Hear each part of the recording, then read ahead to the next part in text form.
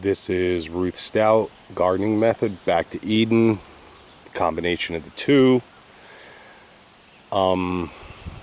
This is now 2.5 round bales of hay, not straw but hay, 4x5 bales. They sat over winter at the farmer's house. It's actually pretty easy to get bad round bales around here. And I unrolled them, mounded some up. This is a potato. I started this a month ago in the house because I had a potato in the cabinet that was growing like wildfire. So this is the first of many that I intend to plant.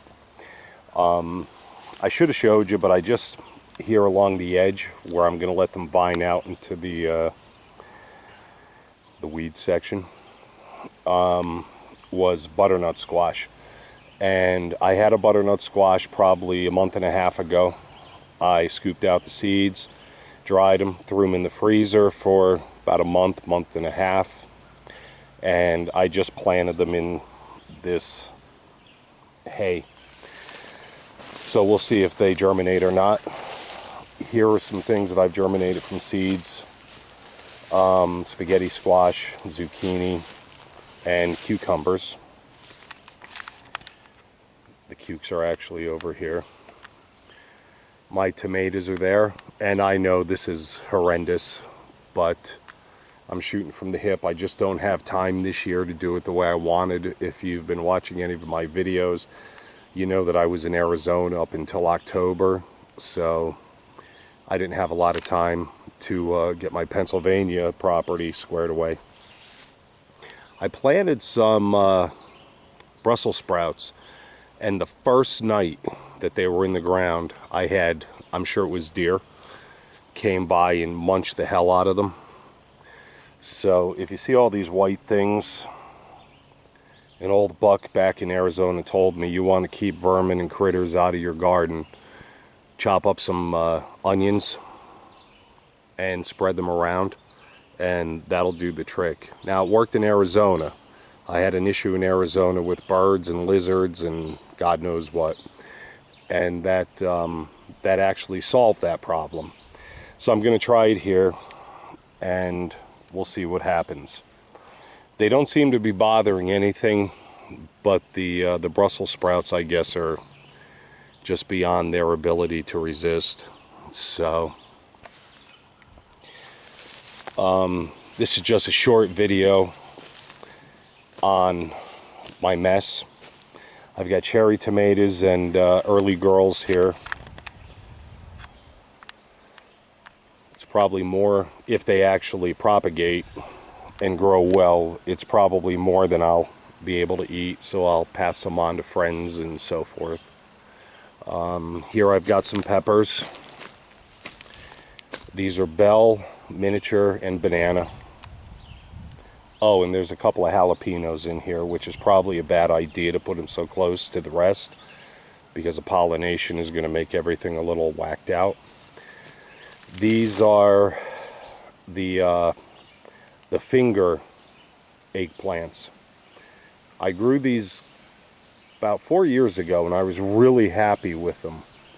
Had these finger-sized eggplants, probably about the size of a hot dog, maybe a bratwurst, and we had them year-round. Nope, that's a lie. Not year-round. We had them all year during the growing season. So this is just a quick shot of what's going on here. Now I have chicken manure here, wood chips from splitting firewood, and round bales of hay, and that is it. There's absolutely no chemicals in here whatsoever. So these high mount spots, this is where the potatoes are going to go. I have, I think, 15 eyes growing off to the side, and once they get a little bit bigger, I'm going to stick them in here as well. And I've seen some videos on people growing potatoes like this, and they really did well. So like I said, this is just shooting from the hip this year. This is not exactly how I wanted it to go, but my lack of time and my job and so forth are just making it difficult to do it the way that I want. So I have to use my time accordingly and do what I have to do what I can do. Over here in this area, I have nothing planted right now, but I have 96 super sweet corns growing in little containers, peat containers, and that's where they're gonna go.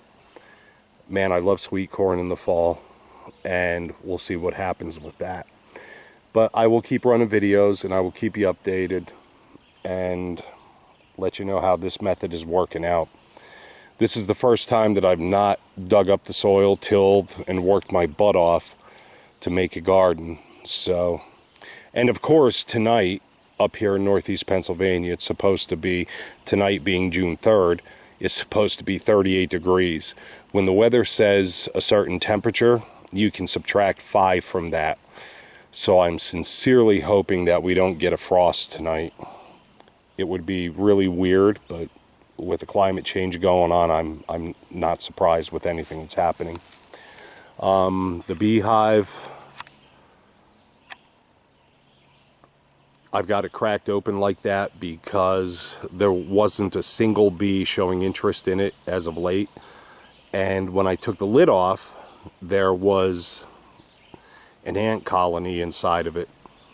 And in the top portion, the actual lid, there had to be, and I'm not exaggerating, hundreds of the little rice-looking ant eggs.